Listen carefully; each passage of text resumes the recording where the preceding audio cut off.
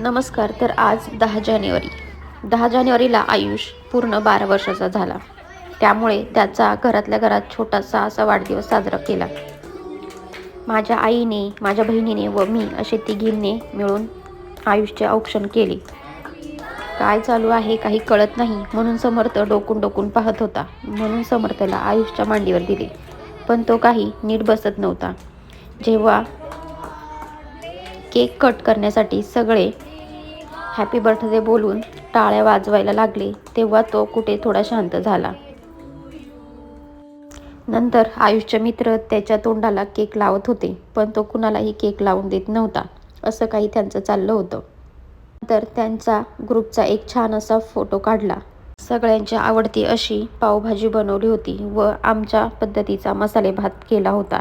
असा काही जेवणाचा बेत होता. सगळेजण गोलाकार एकत्र बसून जेवण करत होते. असा आयुषचा बर्थडे सेलिब्रेट झाला. धन्यवाद.